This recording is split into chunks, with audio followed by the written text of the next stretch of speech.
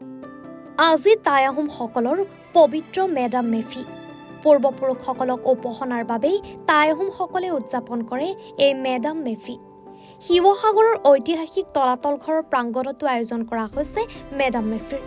সাম্য মৈত্ৰীৰ প্ৰতীক চাওলুং চুকাফাকে প্ৰমুখ কৰি ৬০০ বছৰীয়া আহোম ৰাজতন্ত্ৰক শৌৰ্য-বীৰ্যৰে সমৃদ্ধ কৰি যোৱা পূৰ্ণাত্মকসকলৰ প্ৰতি শ্ৰদ্ধাঞ্জলি অৰ্পণ কৰাৰ লগতে টাই আহোমসকলৰ পৰম্পৰাগত মাংগলিক কাৰ্যসূচীৰে দিনজোৰাকৈ পালন কৰা হৈছে মেডাম মেফি।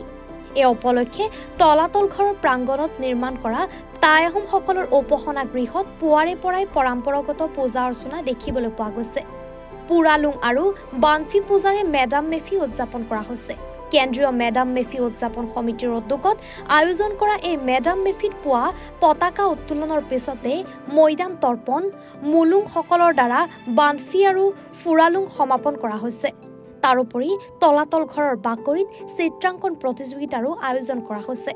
অনুষ্ঠানত দুপৰীয়াৰ ভাগলৈ স্থানীয় শিল্পীসকলৰ দ্বাৰা আইচিলাও পৰিৱেশন কৰাৰ লগতে মুকলি সভা অনুষ্ঠিত হ'ব। আজি টাইলুং টাইখামসকলৰ পবিত্ৰ দিন মেডাম মেফি। আজি এই মেডাম মেফি পাৰ্কখনত আমি মহ পৰিষদৰ তৰফৰ পৰা সদৌ অসমবাসী ৰাইজলৈ হিয়া ভৰা ওলগ আৰু শুভেচ্ছা জ্ঞাপন কৰিছোঁ। আমাৰ সমগ্ৰ টাই জাতিয়ে মেডাম মেফি বা ডামফি অনুষ্ঠান সুদূৰ অতীতৰ পৰাই পালন কৰি আহিছে।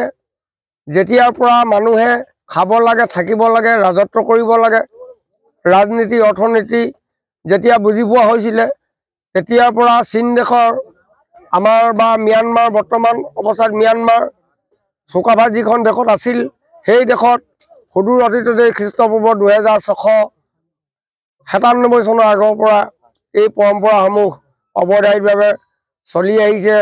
সেয়া ইতিহাসে আমাক সদায় সকীয়াই গৈছে। গতিকে আজি এই মেডাম মেফিও তেতিয়া দিনত চিৱাংটি শাসনকালত টাইচান পৰ্বতত বা লেনডঙৰ দিনত পৰ্যায়ক্ৰমে এই মেডাম মেফিসমূহ পালন কৰিছিলে। সেই পৰম্পৰা যেতিয়া চাওলুং চুকাফা অসমলৈ আহিছিলে, তেতিয়া সেই পৰম্পৰাৰ লগত লৈ আহিছিলে। এই মেডাম মেফি পতাৰ মূল তাৎপৰ্য হৈছে আমি সৃষ্টিকামী, সৃষ্টিৰ সূত্ৰে আমি প্ৰথমতেই প্ৰাকৃতিক উপযোগীসকলৰ প্ৰতি আমি শ্ৰদ্ধা আৰু ভক্তি নিবেদন কৰোঁ। সেই সূত্ৰে আজি এই মেডাম মেফি অনুষ্ঠানত 10জন প্ৰাকৃতিক উপপুৰুষক, 9জন প্ৰাকৃতিক উপপুৰুষ আৰু 1জন দাম উপপুৰুষলৈ এই মেডাম মেফি তৰ্পণ আগবঢ়োৱা হয়। প্ৰথমতে সৌৰমণ্ডলৰ অধিপতি হিচাপে চাওফানু লেণ্ডক ধৰা হয়। গতিকে তেখেতে ইয়াত মুখ্য পৃষ্ঠপোষক হিচাপে আমি আসন দি তেখেতক তৰ্পণ আগবঢ়াওঁ। তাৰপিছতে হৈছে খাওখাম জলশক্তি, তাৰপিছত আছে আইলেংদিন পৃথিৱীৰ শক্তি, তাৰপিছত হৈছে জানচাইহুং যিটো আমি কওঁ সৃষ্টিৰ মূল শক্তি। সেই সৃষ্টিৰ মূল শক্তিটোক আমি জানচাইহুং ৰূপত প্ৰকাশ কৰোঁ। তাৰপিছত আছে চিতলামচাম সপ্ত আনুষংগিক শক্তি। এই সৌৰমণ্ডল বা পৃথিৱীখন বা বিভিন্ন গ্ৰহ নক্ষত্ৰবিলাক চলি থকা 7টা আনুষংগিক শক্তি থাকে।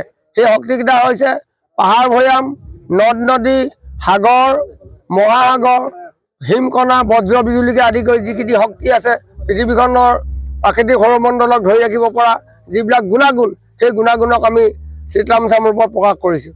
তাৰপিছতেই আছে মুটকুম টাইকুম, পৃথিৱীলৈ যিসকল জীৱ আহিছে, গছেই হওক, মানুহেই হওক, জীৱ জন্তুৱেই হওক, যিবিলাক আহিছে তেওঁবিলাকে জন্ম এটা শক্তি আৰু মৃত্যু এটা শক্তি। গতিকে সেই যিটো জন্ম মৃত্যুৰ যিটো নিয়ন্ত্ৰণ শক্তি, সেই শক্তিটো মুটকুম টাইকুম ৰূপত প্ৰকাশ কৰা হয়। তাৰপিছত আছে জ্ঞান। আমাৰ প্ৰতিটো প্ৰাণীৰে মন মগজু আছে, জ্ঞান আছে। গতিকে জ্ঞানবিলাকক আমি জাচিংফা ৰূপত প্ৰকাশ কৰিছোঁ। তাৰপিছতে আছে দাম। চাওলুং চুকাফাকে আদি কৰি তেওঁ পিতৃপুৰুষ খুনলুং খুনলায়ো আহিছিলে মুংৰি মুংৰাবলৈ। তাৰপিছত মুংলুং চুনকামলৈ চাওফা চুকাফা আহিছে। গতিকে আমি গৃহদাম হিচাপে 9 পুৰুষলৈকে ঘৰত তৰ্পণ দিয়া হয়।